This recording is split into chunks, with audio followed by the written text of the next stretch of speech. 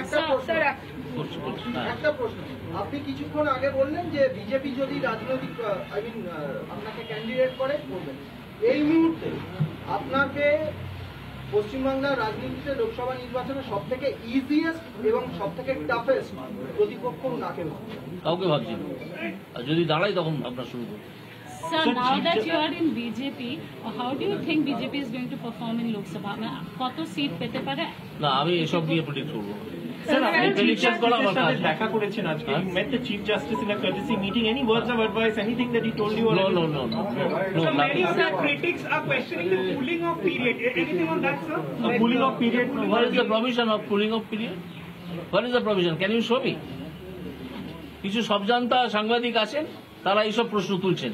আমার কাছে একটা মেসেজ এসছে কোন একজন সাংবাদিকের কাছ থেকে যে কোনো কুলিং অফ পিরিয়ড নেই। আমি তার কোনো উত্তর দেওয়ার প্রয়োজনই মনে করিনি। তিনি খুঁজে নিন না কোথায় কুলিং অফ পিরিয়ড আছে।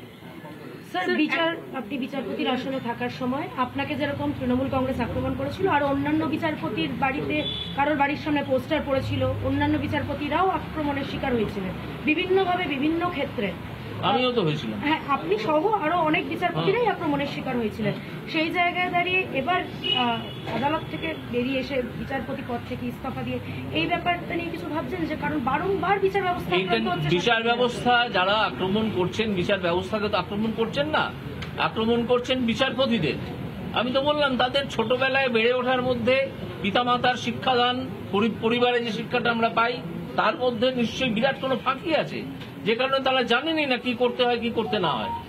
সমাজে এমন কাজ করছেন যে তারা সমাজ বিরোধী বলে পরিচিত হয়ে যাচ্ছে এবং সেই কাজই করছেন। সেটা যাদের রুল ইস্যু করার কাজ ছিল তারা করতে পারতেন। আমার ঘরে এরকম কিছু হয়নি যাতে আমি রুল ইস্যু করতে পারতাম। শুধু আমি দু একজন দালালকে দেখেছিলাম যারা কালো কোট গায়ে দিয়ে নেমে পড়েছিল, আজও হয়তো তারা কালো কোট গায়ে দিয়ে সারা পৃথিবীতে ঘুরে বেড়ায়।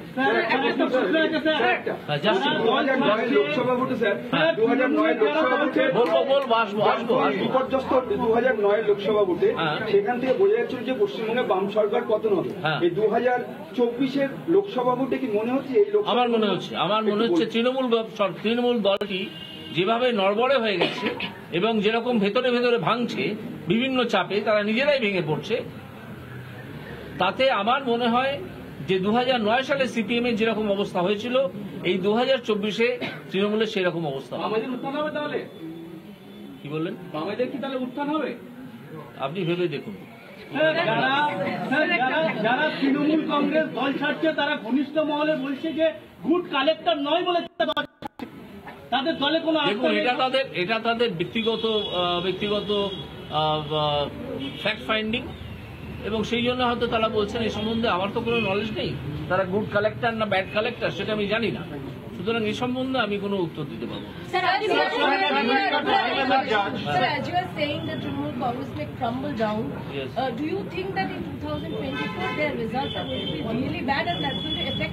চব্বিশ অব্দি টিকবে নাকি দলটা? আপনি কি মনে করছেন 24 অব্দি দলটা টিকবে? ওখানে মাত্র 2-3টে অ্যারেস্টের প্রয়োজন। 2026 অব্দি দলটা টিকবে? ওখানে 2-3টে অ্যারেস্টের প্রয়োজন। দেখবেন পুরো দলটা ভেঙে পড়ে গেছে, দলটাই নেই। আপনি দুর্নীতির বিরুদ্ধে লড়াই করবেন বলছেন, আদানি কিংবা রাফাল নিয়ে যে সমস্ত দুর্নীতি সামনে কি দুর্নীতি আছে আদানির বা আর কি বললেন? রাফাল দুর্নীতি কিছু প্রতিষ্ঠাই পায়নি। আজকে আপনি বলবেন বোফোর্স নিয়ে দুর্নীতি ছিল? বলুন তো কি দুর্নীতি ছিল বোফোর্স নিয়ে? রাফাল নিয়ে দুর্নীতি নিয়ে কথা বলছি। সেটা হচ্ছে গতকাল ফুল বেঞ্চ নির্বাচন কমিশনে এসেছিল এবং ডিজির সাথে বৈঠক করে এবং বলেছে কোন রকম ভায়োলেন্স টলারেট করা যাবে না আসন্ন যে নির্বাচন। কিন্তু ইতিহাসে যা নির্বাচন হয়েছে সেখানে যেভাবে ইভিএম মেশিন এবং ব্যালট পেপার নিয়ে দৌড়তে দেখা গেল, আপনি কি মনে করছেন এবারে লোকসভা নির্বাচন সুষ্ঠুভাবে হতে পারবে? আমার মনে হয় তুলনামূলকভাবে এবারে লোকসভা নির্বাচনে গুন্ডাগিরি কম হবে, রিগিং কম হবে মনে হচ্ছে আমার। এটা মিলিয়ে নিতে হবে ভবিষ্যতের সঙ্গে, কারণ তৃণমূলের যে দুষ্কৃতীরা তাদের উদ্দেশ্যে বিভিন্ন রকমভাবে বিভিন্ন মহল থেকে বার্তা দেওয়া হয়েছে যে তোমরা আর ওইসব বাজে কাজ করো না, তাহলে কিন্তু অত্যন্ত অবস্থা খারাপ হবে।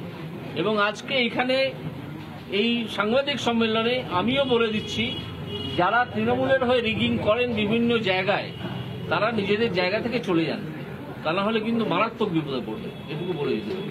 Sir, during your time in the judiciary, there were questions. For example, in court, the Supreme Court also said that judges have no business giving interviews on No, cases before. what Supreme Court has said? What Supreme Court has said? So it was You quoted in from which media I have come? Sir, I'm from NDTV. So there From was widely NDTV. quoted. You are fully unfit for NDTV. So it was Fully unfit for Sir, hear me out. NDTV. So hear me out. Hear me out. No, can I will show not. you No, the- I will not. Sir, so You there- see it yourself. Yes. Sir, Any it was other quoted question? in the 5 বছর 10 মাস আপনার বিচারপতি পদে কর্মজীবন আপনি ছাড়লেন একটা বৃহত্তর ক্ষেত্রে যাওয়ার জন্য। আমি জুডিশিয়ারি দীর্ঘসূত্রিতে নিয়ে বহরমপুরে একটি অনুষ্ঠানে গিয়ে খুব মূল্যবান মতামত রেখেছিলেন যে বিচার প্রক্রিয়ার এই যে দীর্ঘসূত্রিতা কাটানোর জন্য এগিয়ে আসা উচিত, নাহলে তারিখের পর তারিখ। এটা নিয়ে আপনার ভাবনা কি শেয়ার করবেন, এই বিচারের দীর্ঘসূত্রে কি কাটানো যায়? দেখুন, আমি যেভাবে কাজ করতাম সেটা আমি কিভাবে হাতে কলমে করতে হয় দেখিয়ে দিয়ে এসেছি। এইবার অন্যান্য বিচারপতিরা সেটা ফলো করবেন নাকি আজ থেকে 100 বছর আগে যে পদ্ধতি চলতো সেই পদ্ধতি ফলো করবেন, সেটা তারা ডিসাইড করবেন। আমি সে কথা বলার বা সেই উপদেশ দেওয়ার কেউ নেই। চাকরি প্রার্থীদের উদ্দেশ্যে কিছু বলবেন স্যার? আর কিছু প্রশ্ন আছে? আমরা দেখলাম যে তারা বলছেন যে আপনার তারা আপনাকে ভগবান মনে করেন, আপনার এবং আপনার যে বিচার ব্যবস্থা কিংবা অর্ডার নিয়ে তারা ভাষায় করতে দিচ্ছেন, কান্নাকাটি দেখেছি, চাকরি প্রার্থীরা বসে আছেন, তাদের মনে নিঃসন্দেহে এই মুহূর্তে আশঙ্কা আপনি যেহেতু ছেড়ে দিয়েছেন তাদের আমি তো তাদের মামলা শুনছিলাম না, বহুদিন ধরেই তাদের মামলা শুনছিলাম, সুতরাং তাদের আলাদা করে হতাশ হওয়ার তো কিছু নেই। অধীর রঞ্জন চৌধুরী বলেছিলেন আপনাকে মুখ্যমন্ত্রী মুখ করে পশ্চিমবঙ্গে একটা লড়াই হওয়া উচিত, বিধানসভা নির্বাচনের লড়াই, যেখানে আপনি মুখ্যমন্ত্রী মুখ হবেন। আপনাকে যদি বিজেপি অপশন দেয়, আপনি সাংসদ হিসেবে লোকসভা নির্বাচনে লড়াই করবেন নামবেন, নাকি বিধানসভা নির্বাচনে 26-এর লড়াই নামবেন, আপনি কোনটা চুজ করবেন? আগে বিজেপি সেই অপশনটা দিক, তখন আমি পাবো। স্যার, একটা প্রশ্ন আছে। স্যার, অনেক বিচারপতি আর মাত্র কদিন পরে আন্তর্জাতিক নারী দিবস পালন করা হবে। সন্দেশখালীর ঘটনার পরিপ্রেক্ষিতে আজকের দিনের সমস্ত বাংলার নারীদের এই নারী দিবস নিয়ে আপনি কি বলবেন? নারী দিবস নিয়ে বলবো, আপনারা অন্তত তৃণমূলের যে দুষ্কৃতীরা আপনাদের ইজ্জত হরণ করে তাদের বাড়ির সামনে বা তাদের পার্টি অফিসের সামনে ঝ্যাঁটা এবং লাঠি নিয়ে একটা বিক্ষোভ দেখান। এইটাই হওয়া উচিত এবারে নারী দিবসের রেজলিউশন। আপনি একেবারে ব্যতিক্রমী সিদ্ধান্ত, আপনি বৃহত্তর স্বার্থের কথা ভেবে, বৃহত্তর ক্ষেত্রের কথা ভেবে রাজনীতিতে এলেন। এক্ষেত্রে এটা কি কোনো আশঙ্কা তৈরি করে বিচারপতিরা কিভাবে রাজনীতিতে আসা অবশ্যই একটা গুড সাইড? বিচারপতিরা রাজনীতিতে কে আসবেন না আসবেন আমি তো জানি না। সেটা কি বিচারপতিরা আস্থা কম হবে? না, কেন আস্থা কম হবে? বিচারপতি আবার রিজাইন করে যদি রাজনীতি, যদি তাতে কি হলো? একজন বিচারপতি রিজাইন করে কি এতে আসতে পারে না, রাজনীতিতে আসতে পারে না? আপনাকে তো আগে দেখাতে হবে যে তিনি বিচার যেগুলো করেছেন সেই বিচারগুলো বায়াস করেছেন। আমার তো এতগুলো সবসময় ডিভিশন বেঞ্চ গেছে, তারপর সুপ্রিম কোর্ট গেছে, কোনটা খারিজ হয়েছে?